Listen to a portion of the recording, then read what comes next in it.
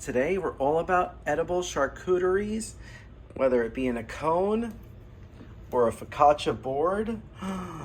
So beautiful, so easy, and oh so delicious. Want to see how we make this? Just keep watching. Wow. All right, so we're going to start with the focaccia first because that's going to take a little bit longer. So we're going to start with 1 3/4 cups of water. That is between 110 and 120 degrees. Perfect. All right, so to this, we're going to add 1 tablespoon of granulated sugar. All right, so we're going to dissolve this up. Give it a good little stir. All right. And once the sugar is all incorporated, you're going to want to add 1 packet or 2 and 1/4 teaspoons of active dry yeast. All right, so you're going to allow this to sit for about 5 minutes to allow the yeast to bloom. You'll see it's going to have a really nice head on it. So you're going to wait 5 minutes, maybe 10. We'll see how it looks. All right, so once your yeast is bloomed, you see it has like a nice 1-inch head. Look at all those bubbles. In your stand mixer, you're going to add 5 cups of all-purpose flour along with 1 tablespoon of salt. All right, so we're going to pour this in. And then we're going to mix this on slow till the flour is all incorporated, and then we're going to add 1 more ingredient.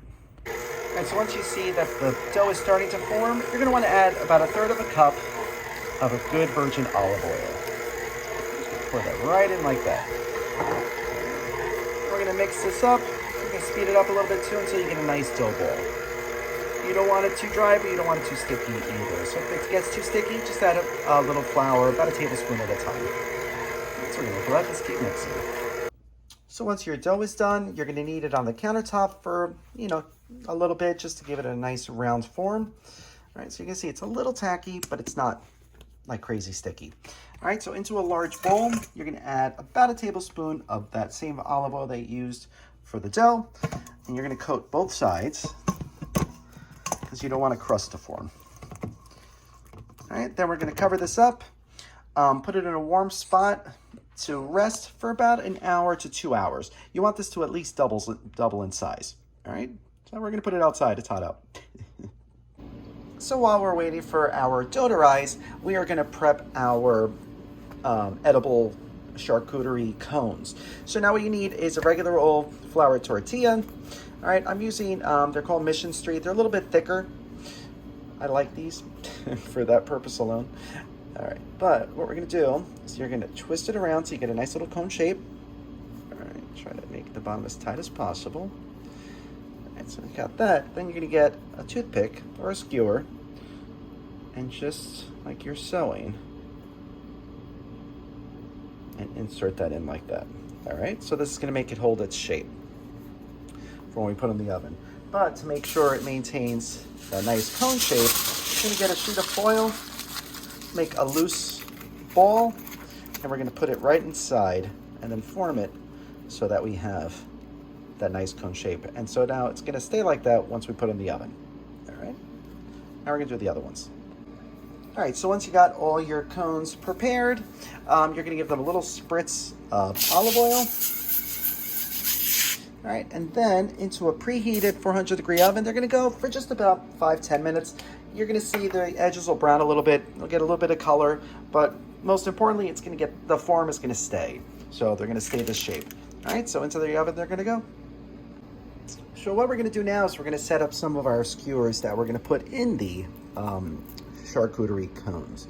All right, so we're gonna do a little one with cornichons. We only need 2.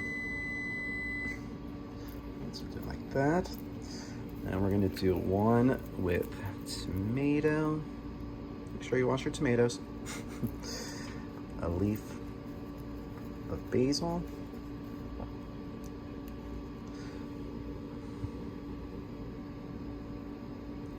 Like that, yum. Dripped a little oil. Clean up my mess. All right, and then we're gonna do one with some olives. These olives do have the pits in it, so you just want to be careful when you're doing it, but I like the pitted olives better. The other ones just taste They just get mushy when you take the pits out. All right, so, and there we have our little olive skewer. All right, so we're gonna do a couple more of these, then we're gonna slice some cheese. All right, so once I got all my skewers done, we're gonna start prepping some cheese. So here I have a couple varieties. I have a Manchego, I have a truffle cheese, Munster, and a Colby Jack. Can't really do like a really soft or like a crumbly cheese in the cone. So I'm gonna stick to like semi-softs. So for the Manchego and the truffle cheese, I'm just gonna slice these up into big triangles. Probably like about 1/8 of an inch thick. You don't want them too thick, but if you're to make them too thin, they're just gonna fall apart on you. So, like that. And then for these cheeses, I'm just gonna cube them up.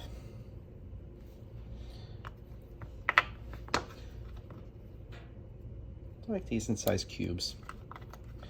These are rectangles, they're not gonna be perfect cubes, but you get the point.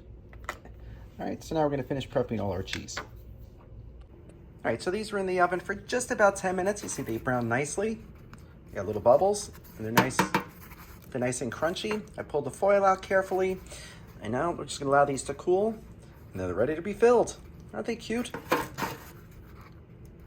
Why would you ever wanna buy like the fake wooden cones that you just have to wash and clean? At least people could eat these. Waste not, want not, right? And they were so easy to make. All right, back to cutting some cheese. All right, so once you got all your charcuterie accessories prepped, we're gonna wrap the little cone in a little wax paper and then put it into a wine glass. So that when your guests, they come over, they each get a wine glass with their own charcuterie cone, and then you make a special drink that we're gonna make later. All right, so now we're ready to start building. So first thing we're gonna add is I have these breadsticks that I added a little prosciutto to it. Just wrap them up like that. Very fun. All right, so we got these over there.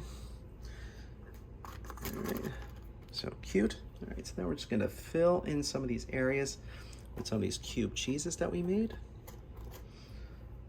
So everything doesn't fall all the way to the bottom. We need a little height here. All right. That one, and I got this one. All right. This one back here. Can't forget about him. All right, I lost the cheese somewhere. All right, so now we could start building. So first I'm gonna put a nice piece of salami in here that we can make into a cute little rosette.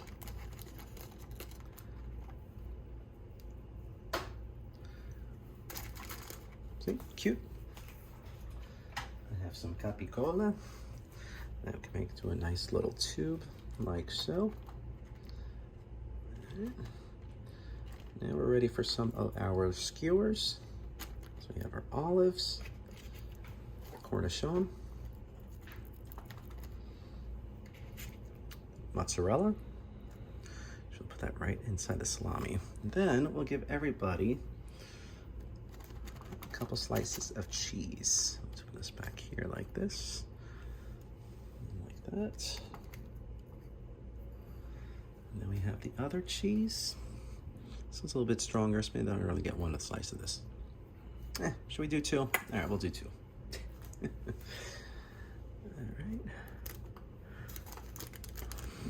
All right, doesn't that look cute? All right, then as a final touch, we're gonna add a little bit of a fresh garnish.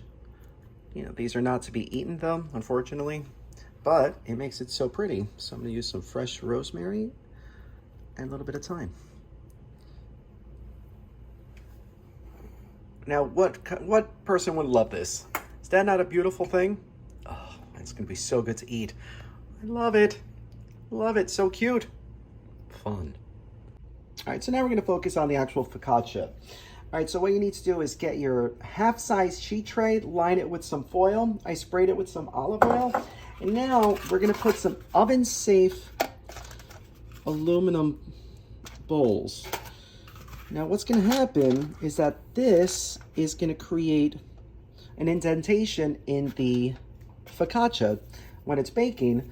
So you actually have bowls to put your charcuterie items in. So really fun, really easy. So we're gonna do another little guy in the corner here, just with some foil. And then we'll do one more. What do you think, here or here? Let's do here.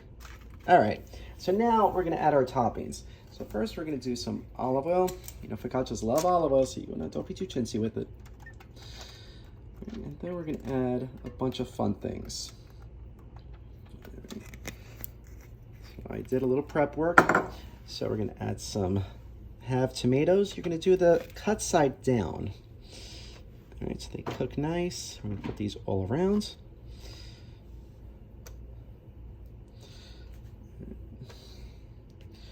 Then I chopped up some of those olives. I'm gonna throw some of these olive pieces around here. All around.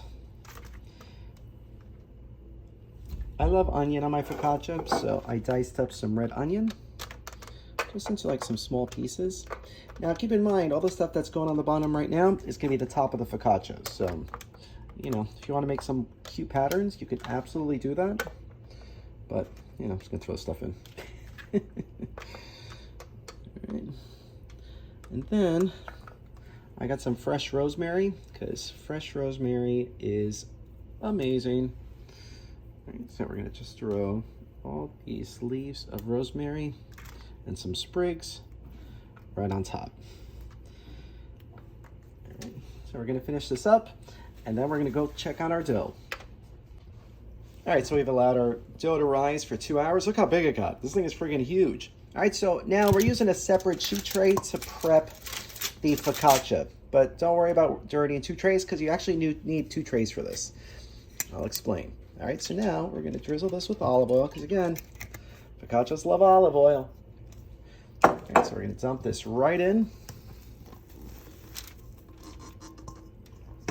And then we're gonna spread this out. It always makes me laugh how focaccia just feels like wet gum. All right, so we're gonna, oh, I made a hole now. All right, so we're gonna spread this out. Nice, nice. And once we get it spread out to the edges, we could put this on top of the other tray that we prepped with the vegetables. All right, so that's ready. So now, all right, so we have the dough in the one pan, and then we have our other pan prepped with the pans in it. So now we're gonna pull out this dough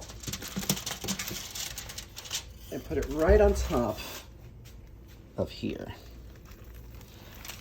All right, try to spread it out as nice as you can. All right, right to the edges. You know, it's gonna look weird that it has all these weird indentations, but you want that. All right, so right to the edges. I'm gonna let this go. All right. If you get some holes, just, you know, reseal it. It'll be okay. All right, so now we're gonna make our little finger holes in here like that. All right, now we're gonna allow this to rise for like another half hour before we put this in the oven. All right, but actually, before I forget, we need some salt on this. So you wanna get some coarse salt or kosher. And yes, this is the bottom, but you need seasoning on here somewhere, right? Why not the bottom? All right, so we're just gonna get a nice little layer of salts. You want it super salty, obviously add a lot, but just enough. All right, so when you're eating it, you get some nice flavor. All right, so we're gonna let this sit for about a half hour just to let it rise. All right, but get any idea of what it's gonna look like at this point? All right, let's keep that a little separated. All right. All right, so we're waiting for this to rise a second time. I did promise you a cocktail that was gonna go with this charcuterie platter frenzy fun times day. So, what do you think? Is it time? Sure is, it's cocktail time! Yay! All right, so for today's drink, we're gonna make a sour apple wine spritzer. All right, does that sound like fun? All right, so you're gonna start with 1.5 ounces of apple schnapps, 1.5 ounces of limoncello, about 3 ounces of a dry white wine. I'm using Sauvignon Blanc. All right, now we're gonna give this a nice little shaky, and then we pour. You could serve this over ice, but if you shook it enough, it'll be nice and cold. Look at that. Nice, but don't you worry, we're gonna fill this glass up. We're gonna add a little lemon seltzer to top it off. Just to give a little sparkliness to it. We'll make it a little fritzy and make it extra fun. Taste test time. Cheers.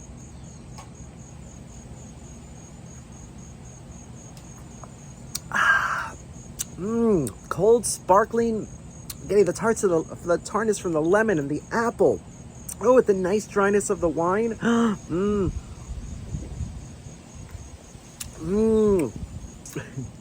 You could get drunk off of this, because I could easily see drinking like 7 of these and not realizing that I just drank a lot of alcohol. Oh, but it's so good. It's so crisp and refreshing. Perfect for a nice warm day like today. But because of the apple, it's making you think of fall. So if you make this drink, let us know. Cheers. All right, so we've been baking this in a preheated 425-degree oven for about 22 minutes. All right, so you see it's got nice and golden brown. So now what you're gonna do is you're gonna take that other tray that you had before, put it right over this one. Make sure you get pot holders because it's gonna be hot. Then you're gonna flip it. All right. Hopefully it falls out. Does not appear to have fallen out. So we're going to carefully remove